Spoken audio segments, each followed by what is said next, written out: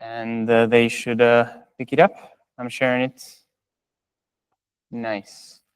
Don't mind all my tabs on that side. And I believe I can even see my speaker notes. Yep. Good. So, hello everyone. We are back this time with Jam Services. So we have Sean's talk about the world computer, which is kind of the why and the direction of where we're going, and that's why Jam. Then Kian's talk, given beautifully by Kian. And then now I will talk about what is the base building block, like the base thing that you can develop on Jam. So we will not learn how to build a Jam client, which is what me and a lot of teams are doing. We will learn how to build Jam services. So not about building Jam, but about building on top of Jam. Because once we have so many teams building implementations, now we need actual apps to run on this world computer. And then I really like this quote from the gray paper, which is, to understand how Jam breaks up its service code is to understand the Jam's fundamental proposition of generality and scalability. This basically means the refine and accumulate, or in-core and on-chain dualism, is if you understand why and how that works, then you understand Jam's fundamental proposition, right? Which is what we already talked about, that Polkadot has this dualism as well. And it is really a unique thing, and it is really what allows us to be general and scale. So let's talk about services. So what can we build on Jam? So of course, parachains will still be running on Jam, because Jam is the evolution of the relay chain.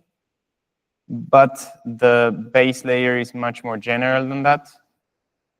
In the original Polkadot white paper, parachains were a first-class citizen, the same way that smart contracts were a first-class citizen in Ethereum. Here, in the gray paper and in Jam, parachains are not first-class citizens, but rather they are something that can be created with the underlying primitive, which is services. So here we have what a service is. And if you have read the gray paper, you will have seen this. I know Marcin will have seen it and will understand it. But for most of you, it might not be so understandable. This is just set theory. So we define the account type. So the service account type is equal to a collection of all of these things. It has S, which is a dictionary from bytes to bytes. So S is the storage. So each service has some storage. Then the P is a dictionary from hashes to bytes. So it's a pre-image storage. Then L is some metadata around pre-images that we don't have to get too much into it. And then there's a bunch of just natural numbers. So some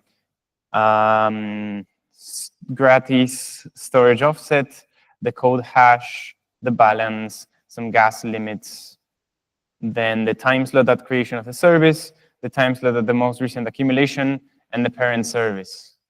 So just NS means it's a service ID, NT means it's a time, NG means it's some amount of gas, NB means it's some amount of balance, so some token balance. So this is how the gray paper describes how it defines what a service is. And then, of course, it goes on to talk about the entry points, the refine and accumulate that we talked about. But this is what is actually stored on chain. So I wanted to show that first, because that is what is actually the definition and what is stored on chain. And with that, we can already draw some similarities. So Similarities with smart contracts. Anyone can create one. So anyone can just go ahead and create a service that is not defined in the gray paper. But the idea is that in the Jam chain, when we launch, we will have a bootstrap service on Genesis. So it will not launch without any services. It will launch with one service that would allow anyone to pay some amount of tokens to create their service, very much like smart contracts. And also, as we saw, they have their own code, they have their own storage, and they have their own balance. Of course, they have more things, but that's 3 things that they have. And I should have looked up the yellow paper, but I believe the yellow paper the Ethereum's yellow paper must do something very similar for for smart contract accounts. But then they have some differences. So they only have 2 entry points, refine and accumulate. So it's not that you can define whatever entry points you want. Also, these entry points are not meant for users, but rather for your service logic of your app. And then refine is stateless and runs in core. And accumulate is stateful and runs on chain. So you can either call them in core on chain or stateless and stateful. And we'll look at some diagrams of why this is stateless and stateful nature of them. And then they have to procure core time. So core time is the way you access the underlying resource, which is time on a core. Because the thing that we have are execution cores. And what you want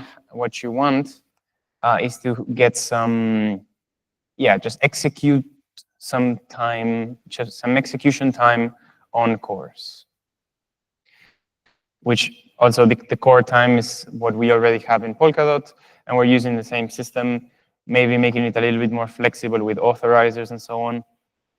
But yeah, and here you might notice that I don't have the on-transfer entry point that Kian talked about last year. And that's because in the latest version of the gray paper, which is still getting updated, the on-transfer entry point was removed in favor of a transfer host function in the accumulate entry point.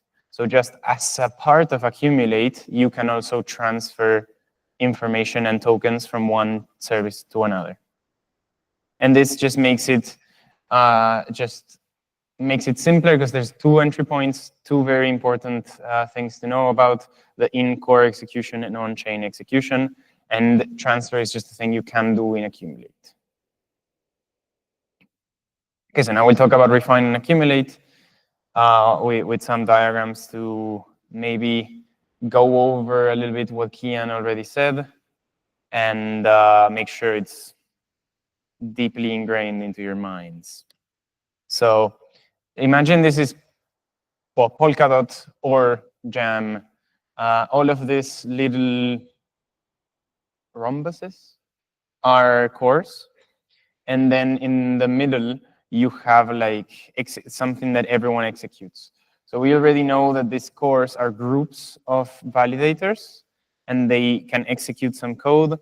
And then here we would reserve this for what everyone executes.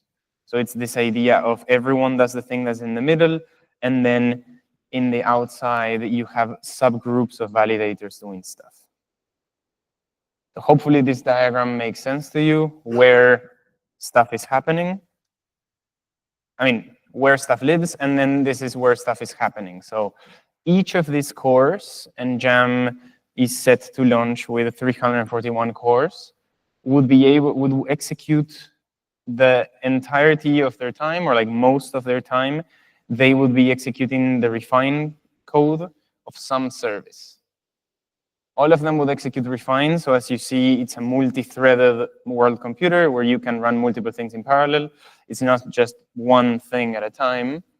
But then some information, of course, ELBS makes sure that even if a subset of validators executes refine, other subsets of validators will audit that execution so that you can have the same security guarantees. Doesn't matter if something happens in core and on chain, or refine or accumulate. But then there are some things that need to be stateful because all of these cores cannot access the whole state. They are running things independently, so they don't know what the other core is doing at a given point in time. So some things have to happen synchronously, executed by all of the validators, and be stateful. That thing is accumulate, and that happens by all validators. So if we grab this very simplified diagram and add some validators in, we can get something like this, where we have this abstraction of cores on the outside. At the end of the day, it's just validators. So these are the validator nodes. And just for simplicity, I just made a grid with them. And then accumulate will be executed by all of the validators. So for example, each of these cores is actually just a group of validators. So for example, here we have a sort of pinkish core, and I was running out of colors, but I believe it's like those three at the top that actually make up this core. And this core has also 3 validators and so on and so forth. These groups of validators would call refine and will execute what they need to execute in parallel, and then because of elves, their work will also be checked by other groups of validators, and that will make sure that you have the security guarantees that you want.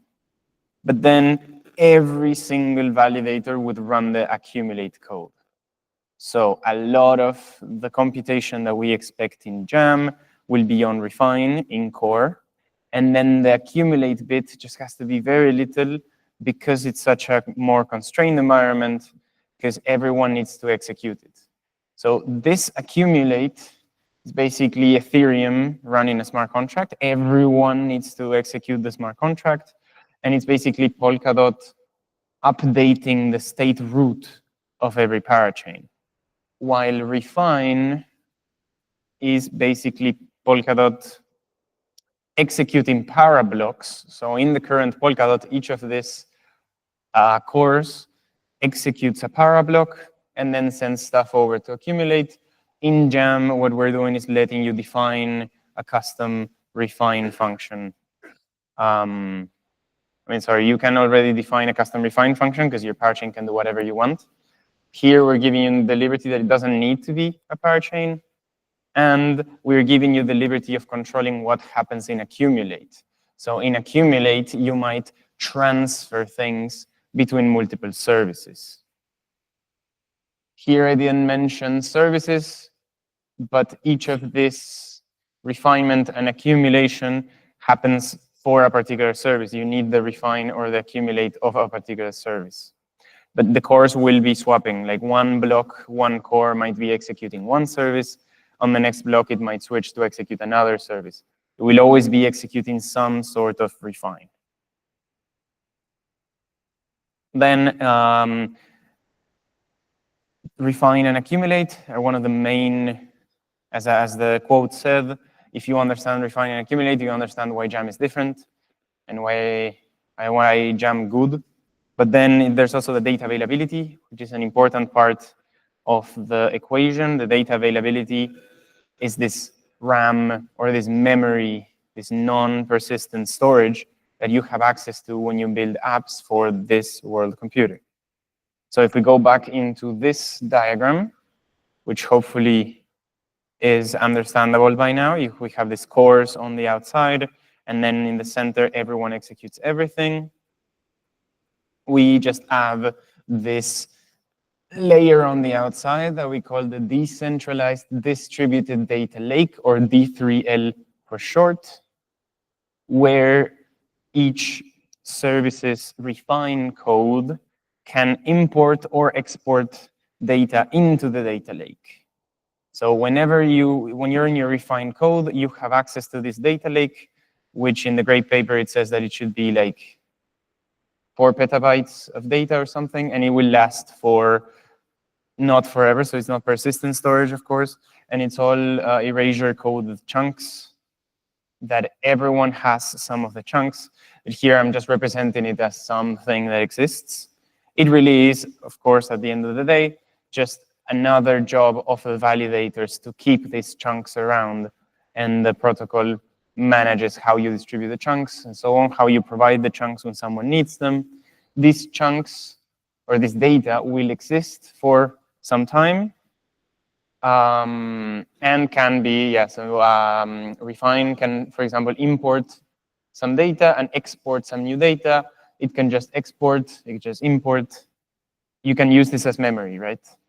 And you could even use this memory, as I depicted it, you can even use this data lake to provide information from one core into another core, for example.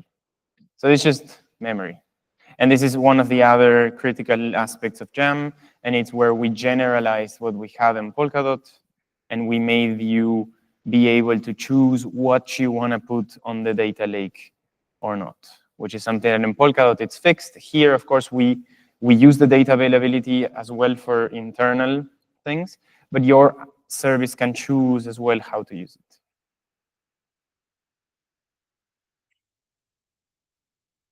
Okay, just a little rundown on host functions. I'm not going to go through all of them, of course, but just to show you what you can do on your services. Your services are just PVM code. So as being PVM code, you have the usual, I think PG was talking about it, that you have your usual jump instructions and your arithmetic and your logical operations. You also have access to host functions. Jam defines these host functions for PVM that allow your services to access state. So for example, in general, you can access like how much gas am I using. You can fetch stuff from either the data lake or from other sources. You can look up pre-images. You can read, write, and get information about your service. In Refine, you can do historical lookups of data. You can export things to the data lake. You can create new machines like sub-PVMs, which is something that Kian also showed. You can peek into those sub-machines as memory. You can poke their memory and add stuff to it. You can initialize new memory pages or change their access. You can invoke them, and you can expunge them. Of course, I'm not going to go into detail to all of them, but you can sort of see in Refine, you can create sub-machines, you can export into the data lake. And then in Accumulate, it's the one that you should be doing the least amount of work in Accumulate, but it has the most amount of host functions because it has all of the state there. So you can do a bunch of things in Accumulate that you cannot do in Refine. You can give certain privileges to some services. You can assign who gets a particular core, like you can assign core time. You can designate the validators. You can do a checkpoint in case anything goes wrong.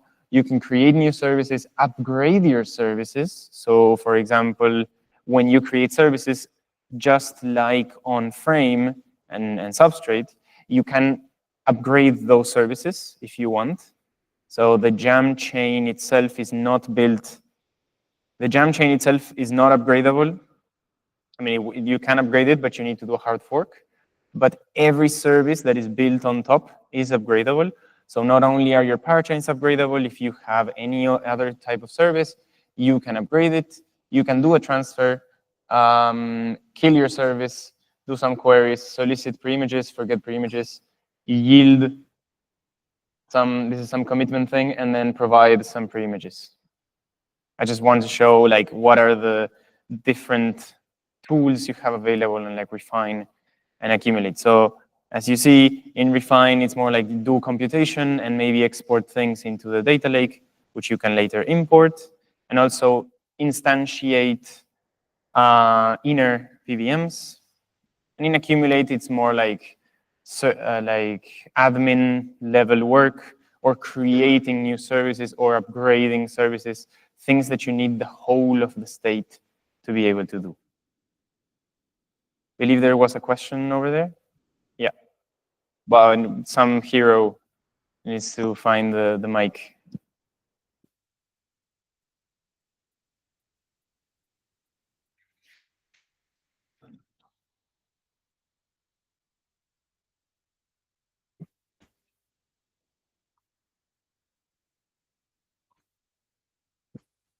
Um, Three questions, somehow related to each other.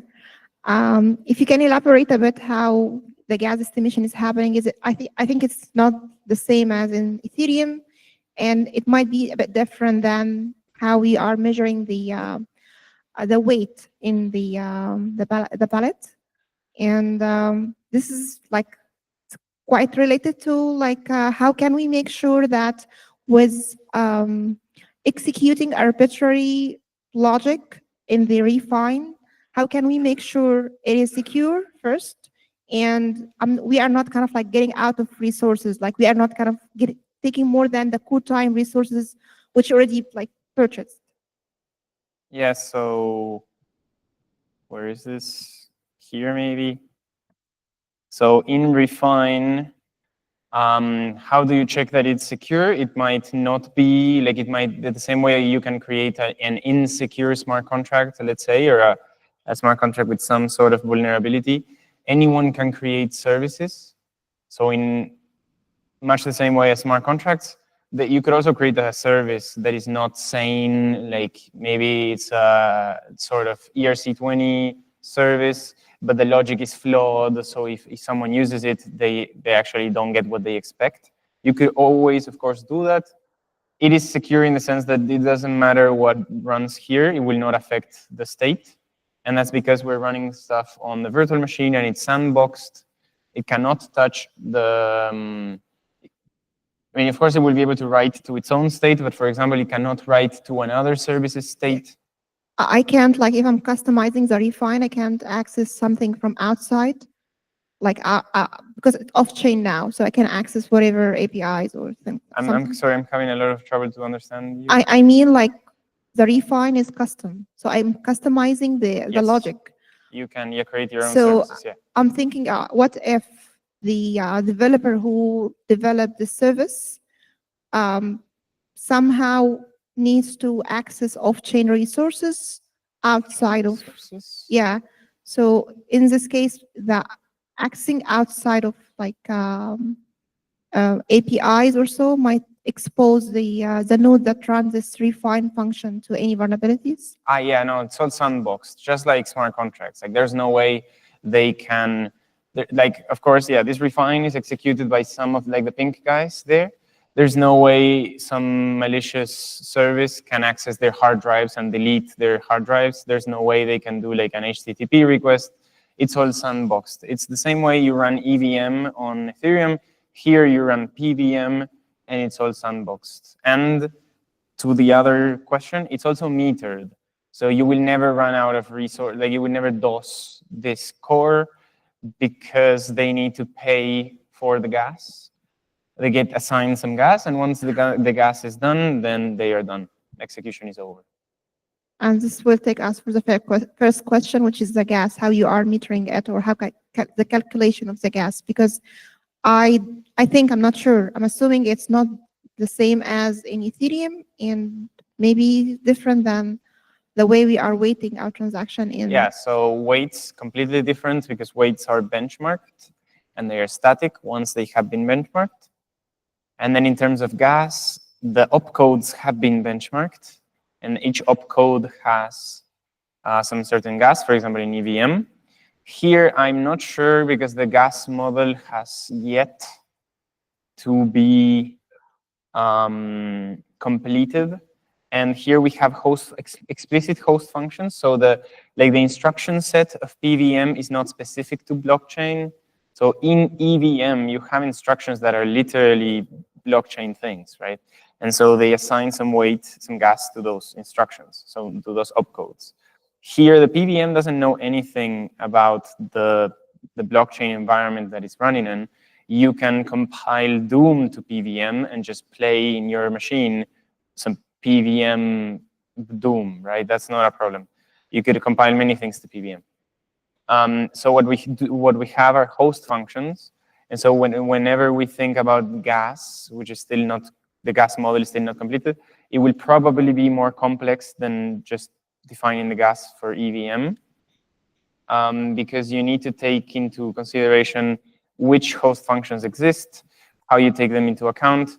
And then I think, yeah, you also need to take I guess EVM also does this, but you need to take into consideration like cache hits and cache misses and the worst case, but also you don't want this to be prohibitively expensive, so you also need to think about sort of the average case, but you need it to be secure.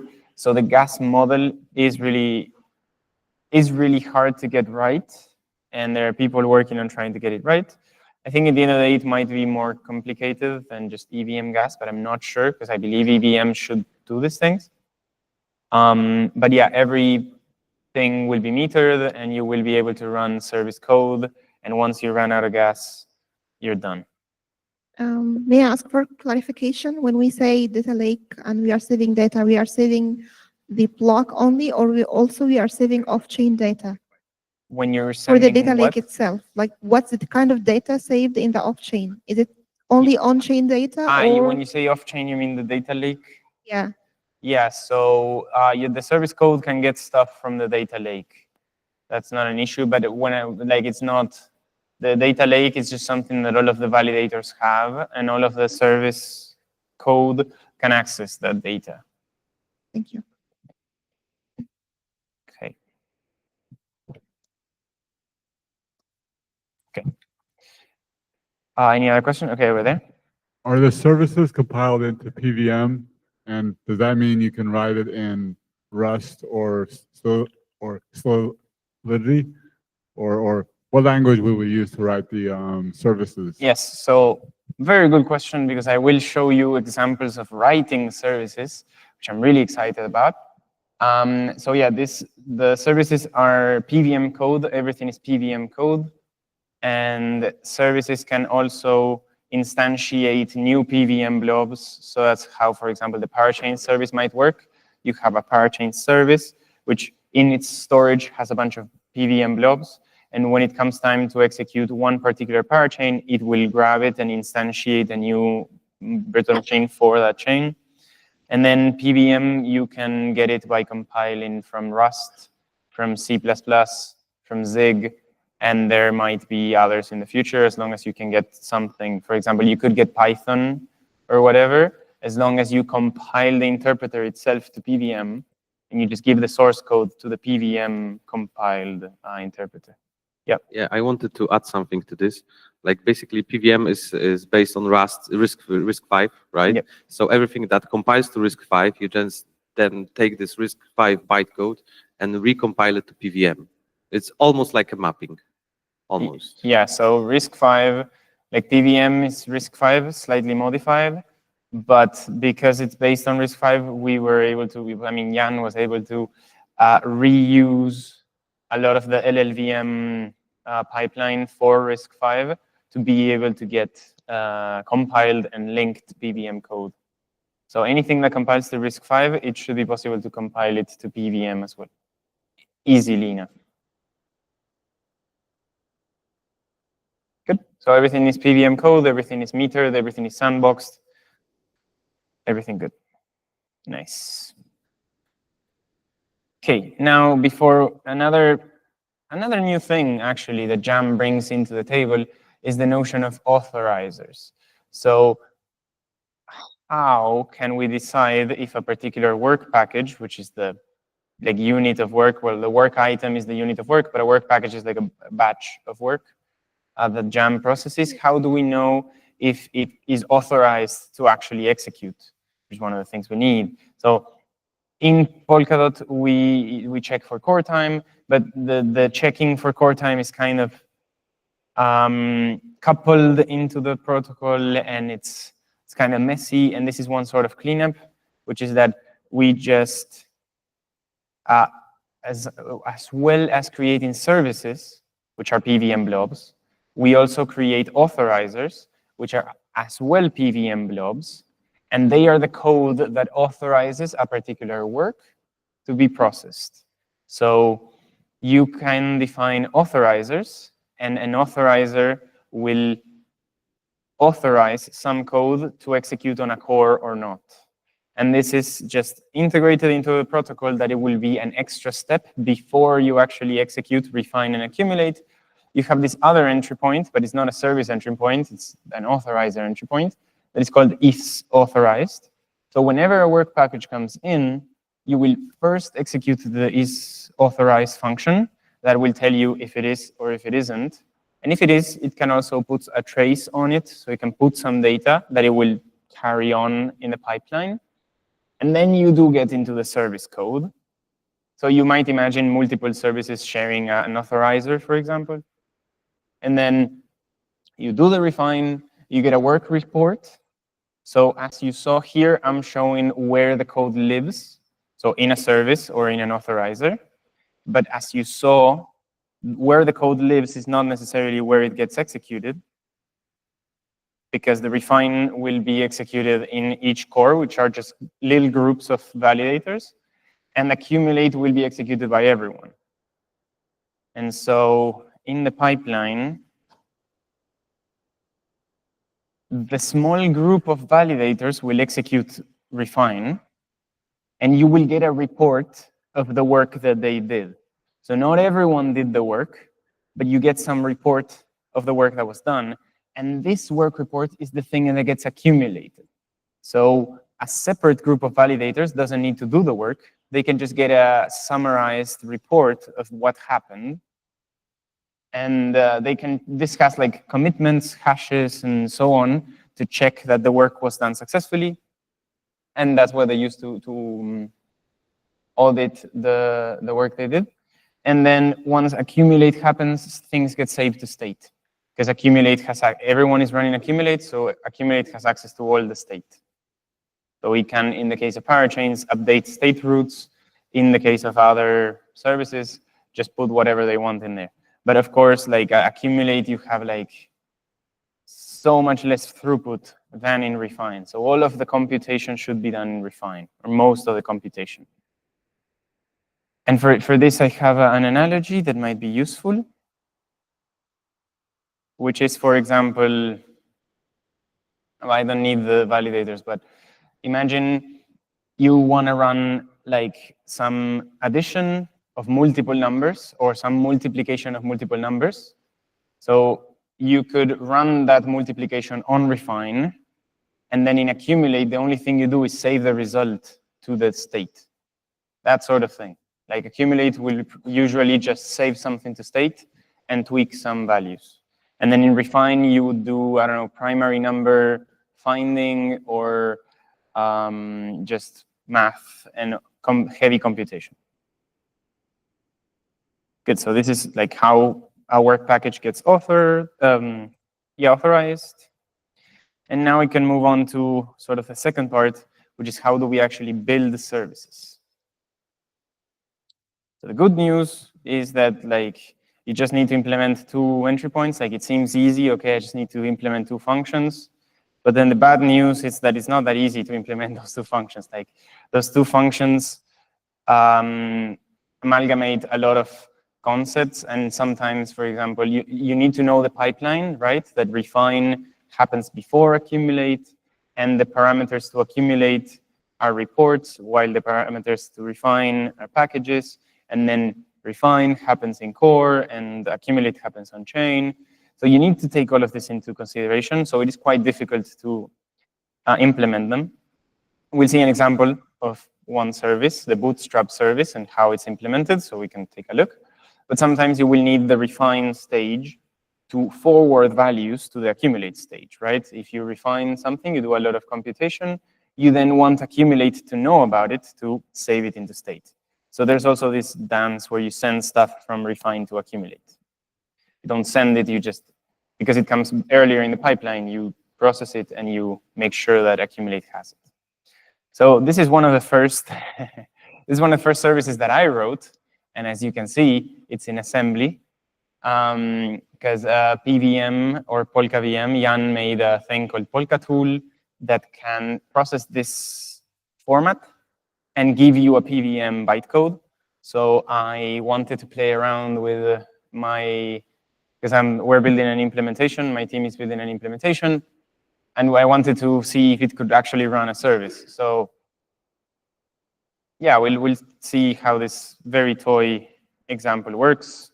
We have the refine entry point at index 0. So that's just how you define the entry point. and then accumulate at index 5. Then you have this function. So here I just define a counter and an accumulator. Then I have this target. I fetch stuff from memory. So this would just get the memory from the machine. So from the virtual machine, you can just get stuff from RAM. This is not the data lake. This is just the RAM of the local machine. I accumulate. It's not the accumulation we talked about, maybe bad name, but I just add it. I just add it. I increment the counter, and then I jump to the target if the counter is less than 4, for example. So here I have a for loop. I mean, to those of you that have done assembly in computer science or something, this will look familiar to you. For all others, this might be pretty alien. But then we change some state, and this is not, yeah, and then we change some state, and we can actually do this call I3, which means call the host function 3, which is the right host function, and that will actually save the result on the state. So this little program just in accumulate, so it should actually do it on refine, but I was just testing accumulate when I built this like months ago. But this little program just does a little addition and saves it on the state, right? Okay, but there must be a better way. Yeah. What is the what? Here I didn't show the refine function, but I should have, because this I built months ago and I didn't show the refine function. But you can imagine that refine should actually do the addition, and then the accumulate should be very, very little, and just save the result to state. Okay, if I understand this right, refine main functionality is to refine the data and get the final version that I need. Yes. Incorporated with the existing state. And then accumulate functionality should be just incorporating the refine result into the existing state. Yes. So another analogy, so that's why it's called refining, right? Like you grab some data and you refine it into something very little that you can then accumulate into the state. And I'm just going to go back to my diagram, which I really like. And there's this analogy where each of this cores refine the information. So they take a lot of information from outside, potentially, and they refine it into something very small. They distill the information by doing compute, and then move it onward to accumulate where it gets written to the state. So there's this, Gav mentioned this analogy before about a flower where each petal is a core that does refine, and they distill it, and as it gets closer to the center, it will get saved to state, and that's accumulate. So yeah, this is just a toy example, and actually accumulate takes parameters, and here we're not, I mean, of course, here you wouldn't see the parameters, they would just be registers, but, sorry, they would just be in memory, and you would need to fetch them. So here, this is just kind of like an accumulate that doesn't fetch the parameters from memory. But this is showing you like how early the tooling is, right? But I'll just show you this to then show you more advanced stuff. Yep. I think there's someone there. I don't know the order. You decide. When you do refine, can you grab variables that are already existing instead? You can. And there's this historical lookup, which means like, yeah, you need to be able to audit like re-execute the code from the point where it was first executed until some blocks in the future. So there's like an anchor from that moment you can read state. But yeah, you can read state pretty much. Yeah. I want to understand what determine if the work is authorized or not. You show like is authorizer. You show us in one of the slides is authorizer, but I don't know like is it a node that check for authorization or authorization? Yeah. So authorization is just executed. So when I showed this pipeline, Yeah. This authorization code is executed by the core. So first it checks if it's authorized, and then it does the refinement, and then everyone does the accumulation. What is the definition of being authorized? What makes my work authorized and what makes my work unauthorized? You define your authorizer. So it's a very flexible system where, of course, not anyone can define authorizers. So there's a privileged service, which would be, in the case of Polkadot, would be the parachains service with the core time chain that would be able to set the authorizer pool, and it would set it with PBM blobs that say like, hey, does this have core time? If it has, then good. But you can configure it, like it's a very flexible system where you could have different things that are not the core time chain telling you who can execute what.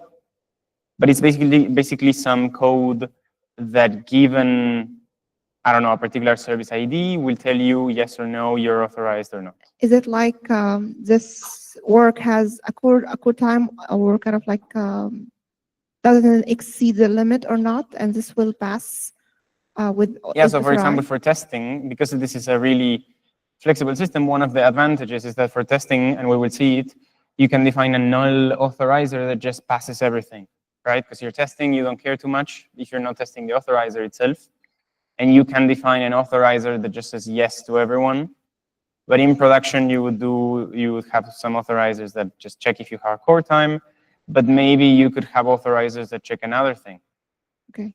The work report, like the output of the refine, do we have any like kind of power, or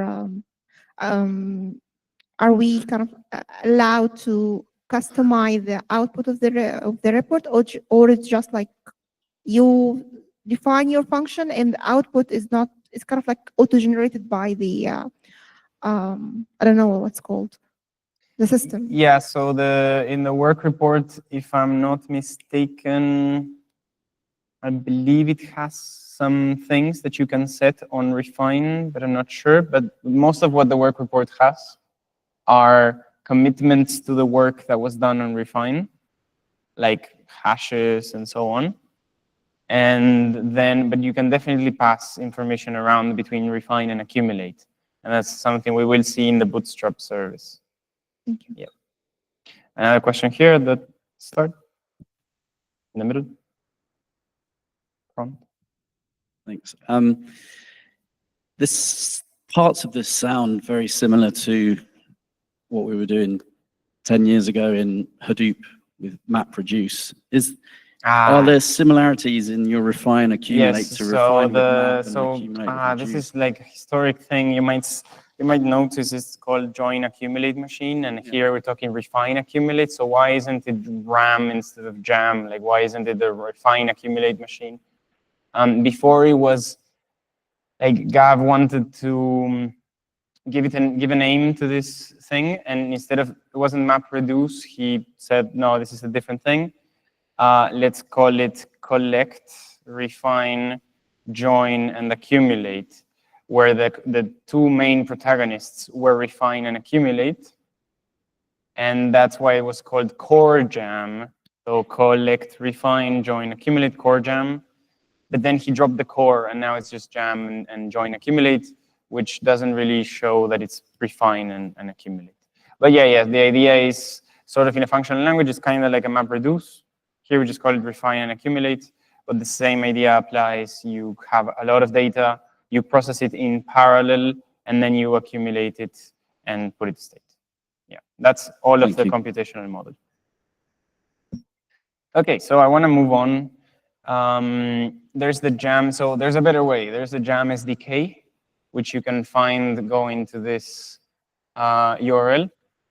And the jam SDK is, so the main team, like working on the gray paper and on the Rust, sort of the official or the reference kind of, it's all based on the spec.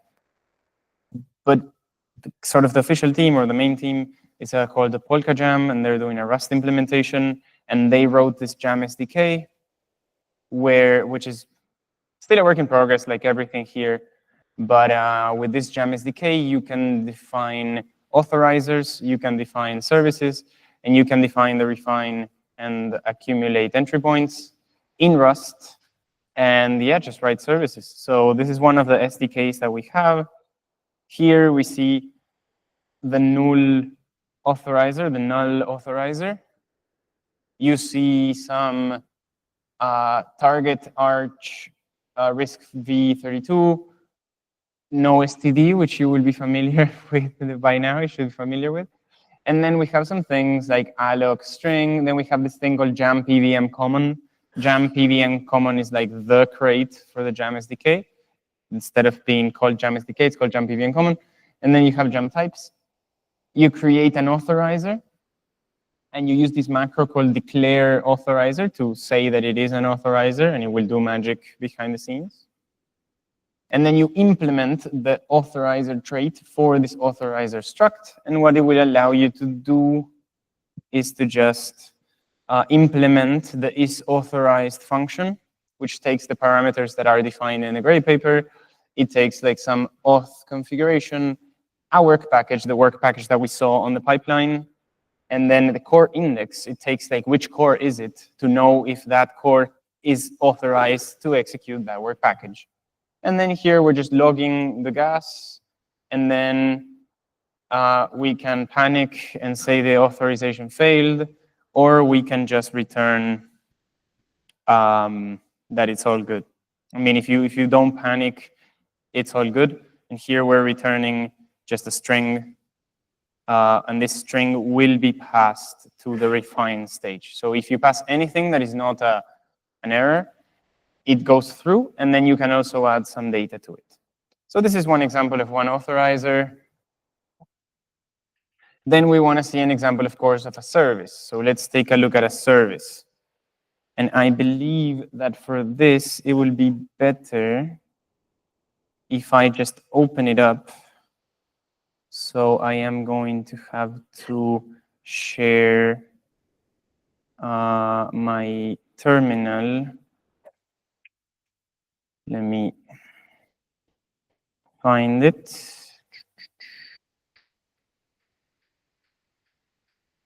Something else. Let's just look at this code. So this thing, I think if you go to the Jam SDK hackmd that I shared, which I can also share in Discord if you didn't remember the URL, you will see that it has commands to like git clone this code. So when you look at this code, we have just source lib. Is it zoomed enough? Zoom too much, maybe? You will see we have a struct service. Then we have this declare service. And then we implement the service trait for our struct.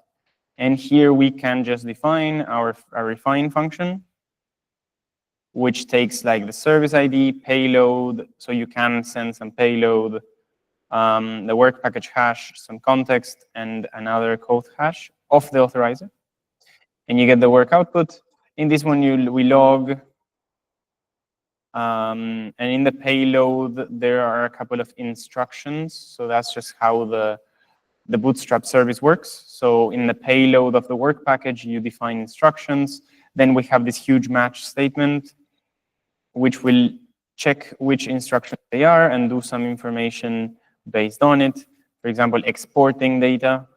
So here we see the export slice host function. So you can use the refine host functions that I mentioned. You have, for example, here, you will push into the out, and then that's it. And then in accumulate, you get, yeah, so this is how you send information from refine to accumulate. Accumulate gets a vector of accumulate items, which come from refine. It also takes the slot and the service ID. And here we also check the instructions, and we use other host functions that we can use here, like creating a service. So the Bootstrap service is to create new services. So you would give it a work package with the instruction to create a service. As we saw, the refine would kind of like just pass it along, and an accumulation would create the service. And then this set will set in state the ID of the thing you just created. You can do some lookups, you can do some transfers. So you can transfer it some funds. When you create a new service, you can as well transfer it some funds. And yeah, you can also use the Bootstrap service to control upgrading your service, to control the transfers. And then there's also this zombify instruction, which is not a host function. And you use it to kill the service or to prepare it to be killed, and then you kill it with eject. You can also remove storage from it. Like, it has a bunch of things. And this is the sort of main or first service. You can do a bunch of stuff. But it's mostly related to just calling host functions. And this is one of the first services. The idea is to, maybe this will be tweaked a bit, but this service will be available on Genesis so that you can use it to create new services. And then you have this on transfer, which on the newest versions of the gray paper no longer exists, which is, hey, when I get a transfer, what do I do? And yeah, that's pretty much it. Yeah, one question there. I had a question about, like, in the future, would you be able to, like, invoke calls on a separate service, like as you would invoke calls on another smart contract? And yes. How would you? So when you want to call things on a separate service, you would need to maybe do a transfer. And transfers, it's not just transfer of tokens. It's also transfer of a memo, which is just some bytes. And so then the one service can receive the bytes and match on them and know what the other service, communicated to. Is it like a hash address too? Like, how would you know to point towards? All services have an ID. Okay. Yeah. And the ID is like U64. And every time you create a service, so I believe we have the create service instruction here. Every time you create a service, you get the ID back. And the ID will use on-chain entropy to make sure that you don't choose the ID. It just gets automatically generated so that there are no clashes or anything. If for some reason there was to be a clash, you just run the function that creates. So this create service host function will, if there should be a clash, it would just run again the deterministic algorithm to get a new one and just give you the new one.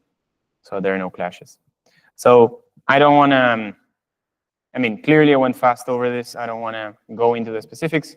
I just wanted to show that it really is, like, with this SDK, with the assembly stuff, you need to do more things. But in this SDK, it really is implementing refine and accumulate. But as we saw, you kind of need to think about sending from one thing to another. So we might see in the future maybe like some higher level abstractions for building certain types of services, right? So this one gives you all of the flexibility you want, all of the flexibility you might need, but maybe you just want to do something simpler. But as you see, this is very low level. Like, you need to think of where everything executes and what you want to execute. So it's pretty much a low level thing. We'll talk later that maybe you don't want to build services, maybe you want to build apps on top of services. For example, the core chain service or the parachain service will allow you to create a parachain, and that will run on this service. So you can build apps on top of services. You don't need to deal with this if that's not the level of abstraction where you want to work. Let me check if I had something else about this. No, let's jump again into the slides. Can I ask a quick question? Oh, yeah. D3L, how do you guarantee, what number did you give it? Like, I don't know, terabytes, right? It's huge. Well, petabytes, sorry. How do you guarantee the decentralized nature of? Yeah, so such a how the potentially vast data amount of lake data? works is that whenever you export something in Refine, what you're doing is grabbing that information and just erase your code in it. So we use read Solomon encoding, which is like you grab the data, you create sort of a polynomial. You have a polynomial and you get points in that polynomial, and then you increase the data size. adding redundancy, so redundant points that you don't need all of them to recreate the polynomial. And then you spread those chunks, like you divide it in chunks, and you spread those chunks to other validators. So the data lake is really just all of the validators hold some chunks. And whenever you want to reconstruct those chunks, you can ask the validators to give it to you. So that's the importing something from the data lake. And they would each give you their chunks, and you would be able to, with less than the whole data, you would be able to recreate what you wanted to have. So I think it's a pretty standard data availability system. But that's how it's decentralized. It's not like there exists some other entity or it's IPFS or anything. No, we're reusing the network of validators, and it's baked into the protocol how to handle these chunks and deal with the data lake and so on. Good. So let's jump into the next section. So our implementation team is called JamBrains, and we are developing a service SDK, which you can find on this link. And the first thing that it has is a PBA demo, which we will do in a bit.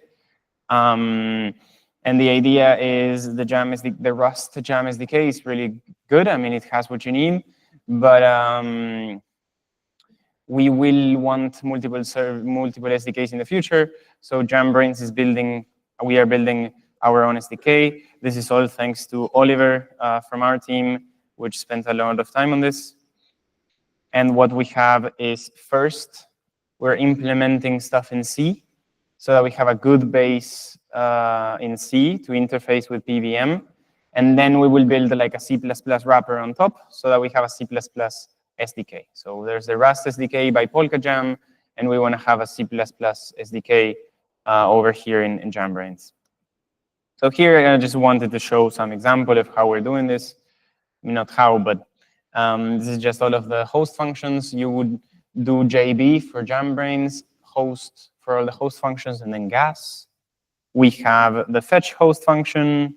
We have the read host function, write, info, log. We have we create sort of interfaces for all of these host functions, and then allow you to create services using this. I'm going to just show a demo. I believe we do have time. So let me see. Yeah, so for the PBA demo, I am going to have to move again to my terminal. Here it is.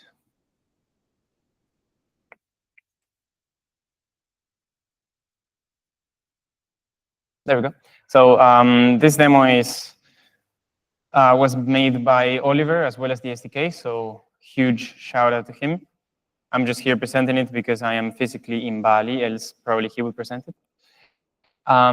We have these hooks where you can define your logic. It's still very much a work in progress.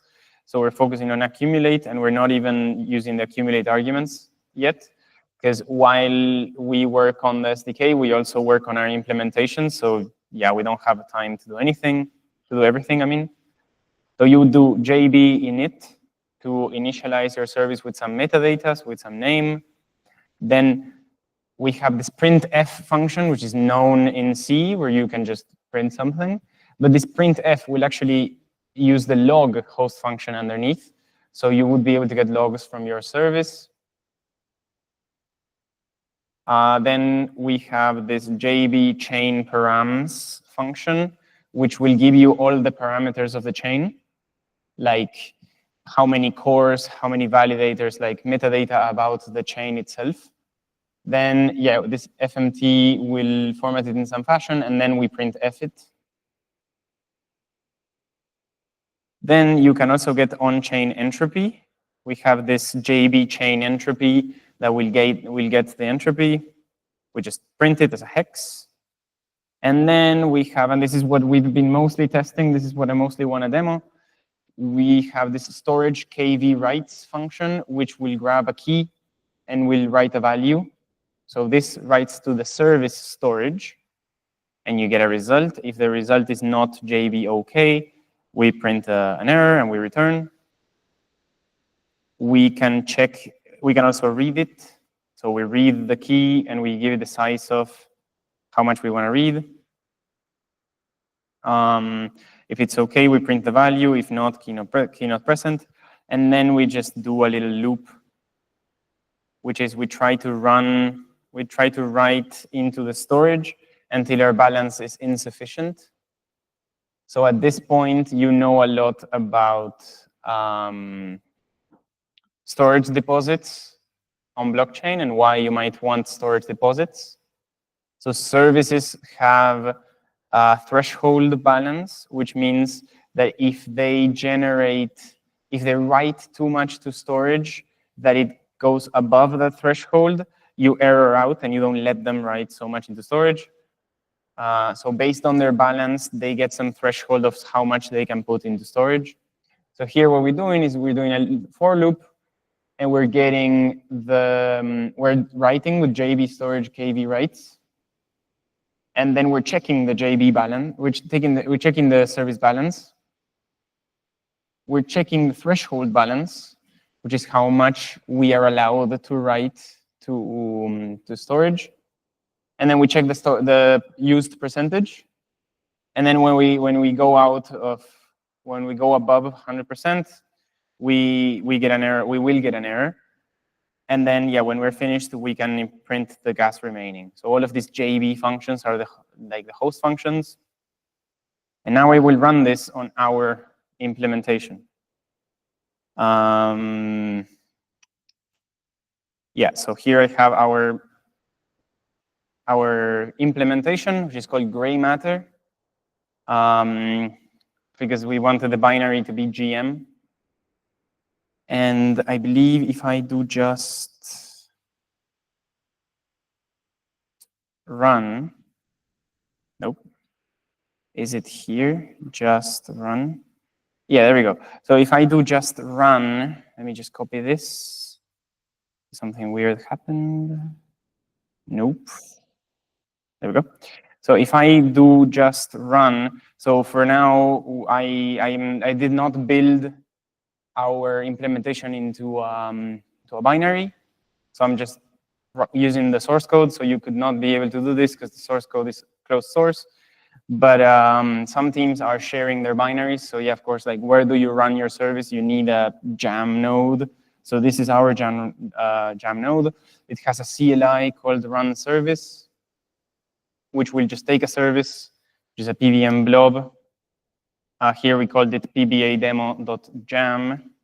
And when you run it, okay, it will run all the code. So this is just compiling our implementation a bit. It will take less than Rust, I swear. And then once it runs, we will not see like an output, but we will see the logs of the service executing. So it's compiling a lot of files. I believe it's still downloading stuff. Still compiling stuff. It's weird how every time I run it, it manages to compile again. Because I had compiled it before. But there's also some Rust thing, so yes, sorry about that. It also uses some Rust packages, so it will compile the Rust packages. That will probably take a while. Finished. Compiling some more things. Let me see if while it's in compiling, we can talk about something else. Yeah, a question. That's a good idea. Donk. Okay, I imagine run service is the Rust code here that runs, right? Run service is what? That Rust code is run service and just knows how to run it. Yeah, so you said Rust code? Yeah. Yeah, Run this is, so we have our implementation, which is not in Rust, it's in Elixir, has a command called run, like the CLI has a command called run service. That's in Elixir. What? That run service is in Elixir. That run service? Run service command Yeah. That tool is in Elixir. Yeah. So our implementation is in Elixir, and we have a CLI, and it can do run service, but it can also do other commands, like it has other commands. Okay, and just knows how to run that Elixir And just code. knows, we just implemented it to test services on their own. So instead of having to build a work package and send it, this is just very quick to be able to test the service. Okay, now I imagine that the refined functions will run on the available. This always happens in demos, but what did you say? I imagine that so the refined functions, if they were there, like they were going to run on the available cores, right?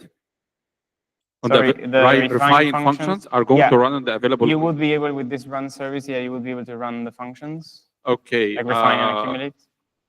There is some automated scheduler that allocates those cores in some specific order. For example, yeah. Do I control such order? I mean, of the refine function execute I have so when you're developing, refine you can define in your work package. So whenever you build a work package, you can define prerequisites before your work packages. So kind of like in the transaction pool of Frame, you can define like a requires, and so that you can make sure that one work package will only ever be refined after another work package. Define dependencies like that. Thank you. Yeah, exactly. And the output of the refine functions all reside in this memory in the machine, or is it passed like those eliminated parameters for the accumulate function? How am I going to pass the output typically from refine to accumulate? From the refine, the output of the refine. Yeah, Do I so get like an index of the worker, etc., associated with the output of refine? Or yeah, I believe the output of refine just gets put into the report and you get it available on accumulate. I'm not 100% sure though. But yeah, I'm asking that, and along with it, each run of the core, what index or something of the core, and what was the output of that index? Yeah, so you get the output of refine, and then once you're doing accumulate sees a lot of refinement outputs, so it sees a lot of work reports, and it will accumulate all of them. Okay. And the order with which it accumulates them is defined in the accumulation function by the service, because accumulate receives a lot of reports, and if you're okay, it runs once with all the data, not called multiple times with yeah. So there's no predefined order. It will see all of them, and you can in your service code define which order you want them to accumulate. Yeah. Thank you. Nice. You're welcome. There was a question here. No, I wanted to make a clarification, but it was like to the first topic, so it's too late. Okay. So I believe that this is failing because I have a new line. So let's just try again without the new line there. There we go. It worked. Nice. It was just because I copied it. Okay. So we have successfully executed this service. And we'll show you our logs. Why does it print the whole storage all the time? Because you need to run it with GM service log 5. So we want to see the logs, right? So we just tell it that the service logs we want to have. There we go. So here we see the logs that we saw on the code. So the first thing we see is initializing. We see here the log for the JB demo. So if we go up here, we see, initializing must be, JB init prints that initializing. Then we see the balance and the gas remaining, which is like a bunch, which is here, right? This did the balance and the gas remaining. Then we print all of the chain parameters, which we can see here. We have the item deposit is 10. So for each item you put on the storage, you need to pay 10, or you should have 10 already. Then the byte deposit, the base deposit, the core count, we just have 2 cores on this chain, this test chain, and you have like how many seconds per slot. Of course, you could define a jam network that has 1 second block times, whatever you want, and you have a lot of things there. Then we see the entropy, which is just some hash. we see the value is my value, and then we enter into the loop.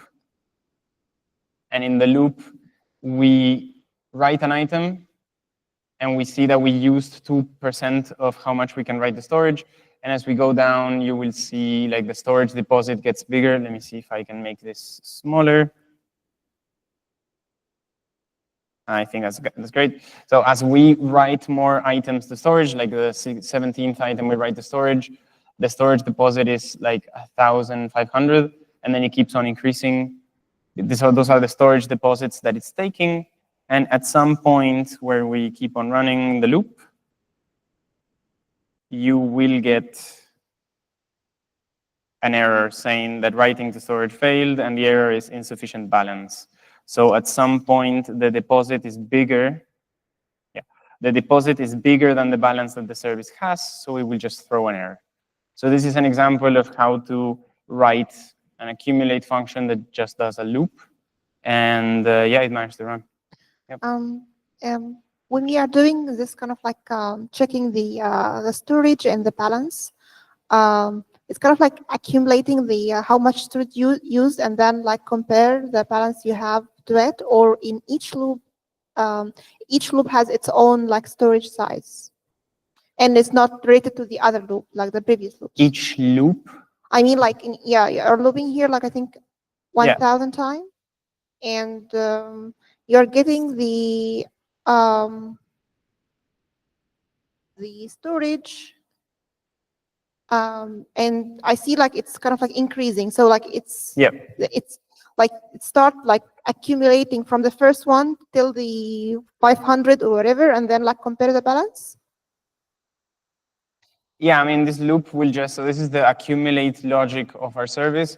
I mean, here I do not have an example of refine accumulate, which would have been nice to have. But here you can just imagine, like based on all of the diagrams that I showed and so on, you can just imagine where this lives. This lives on the accumulate logic. So in the accumulate logic, we have a loop. So there's no reason why you cannot have a loop, let's say. And in that loop, every time we call that storage kv writes, which is our function to write to storage, we are writing to storage.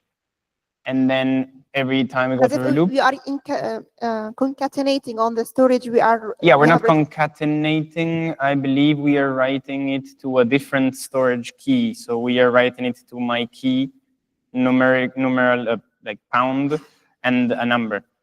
So we're writing to my key 1, my key 2, my key 3. So we're just writing a lot of storage values. And those are all being written to storage. But once we want to write the last one that we can, because it's taking a storage deposit, it fails because we don't have enough. So this is just how you would test. So for us, this is very useful because it would test our implementation by actually building a service on top, right? So that's why we are building both the implementation and the SDK, so we can test both things at the same time and use one to help us test the other, right? If our storage deposits worked wrong, this service would be a really good test to know if it was working wrong or not. Of course, this is not a service you would write on Jam. This is an example of playing around with Jam. And yeah, this is the demo we have prepared. Do I have to consider this kind of accounting for the storage and balances, like making sure like I'm not like it's correctly decreasing the balance, stuff like this, while I'm doing my accumulate function? Do you have to consider what? Sorry? The accounting things related to the balance storage, the balances and the storage size. So like it is kind of low level, and that's also maybe why I'm showing this, because it is kind of low level to write your service and your accumulate function. You can write to storage. This storage kv writes is kind of similar to the SPIO storage set, right? You can choose where something goes. And you do have to take into account that every time you write to storage, you will be taking some deposit, right? And how you see that deposit, you can check always the chain params with, for example, this function, which is a host function to Jam as well. So yeah, you need to take into account how much balance your service has and so on. I think there was a question down at the back, and if not, we can just move on. because we're close to the break, very, very close to the break, dangerously close. So let me move on to the slides. But this was pretty much the end. Now, what I want to say is that most apps on the Jam world computer will not be services. Of course, we still don't know, because services are a new thing. Like, they're not necessarily parachains. We come from the Polkadot world, from parachains, also the Ethereum world with smart contracts. This is a new programming paradigm, and we can implement like roll-up hosts on services. We can implement smart contract platforms on services, but we could implement other things. So we would expect to have a lot of services, and anyone can create their service, even if it's not useful, like the one that we just shown. But we would expect most apps to not be services if they don't need to be, right? Apps could be parachains, apps could be smart contracts, apps could be games or some other things that run on top of services. And each service developer is kind of making an operating system to access the underlying features of the hardware, which is Jam, is a computer. So services are low level and levels to operating systems on the Jam computer. And they will be apps built, there will be apps built on top of services, on top of Jam. That's kind of the whole spectrum of the application layer at the top. And depending on your use case, which abstraction layer you want to be in. So then what kinds of services are we envisioning? What kinds of services are there or thought to be there? We have the core chains service, which is for building blockchains. So probably you wouldn't write your own, you could write your own service and handle all the roll-up things and blockchain verification things. Or you could use core chains, which is still in development and will be necessary for switching from the relay chain to Jam. You have a core VM, which is for building regular programs like Doom, like Pac-Man, or like a counter app. And core VM has the functionality that you can write a while loop, and it will automatically pause execution at the end of a block and continue at the start of the next block. So it really is like building apps on a blockchain without needing to know about smart contracts at all. This is one of the new things. Like if we see core chains is like an old thing just moved into Jam, but core VM is it's very much a new thing. And it's kind of like a Docker for Jam. Like you can grab any sort of PBM program and run it on Jam. And you can write regular programs, and there's a bunch of demos that I invite you to take a look. Mache will be showing after this at the Doom demo with Polka Jam. And then there's CorePlay, which is very much in ideation stage still, but CorePlay is to build some actor-based system, kind of like smart contracts on Jam itself, but that would be partially synchronous. So at any point in time, if you wanted two actors to communicate, they would be able to be brought in to the same block and talk between each other. So it's still an idea, allows you to synchronously compose multiple actors when they want to interact with each other. And then, yeah, what will you build on Jam? And then that's my presentation.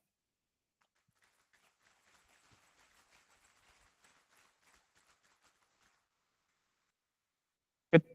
If there are, I guess I have time for one more question, and then we got the break.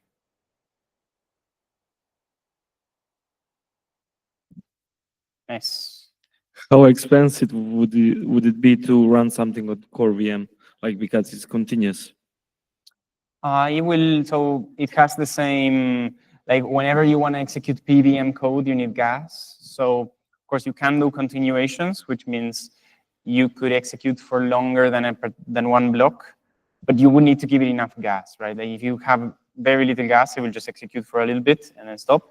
If you give it a lot of gas, it will keep on going. And if you keep on giving it gas via some mechanism, it could go on forever. But yeah, you would need to pay for that computation always. Yeah, it's metered. Could you continue paying into it as the service continues? Like, Yeah. Okay, cool. Yeah, you could have a mechanism where you keep on paying for it. So you have some function that keeps on running. Yeah. We have one question in the back. That should be doable.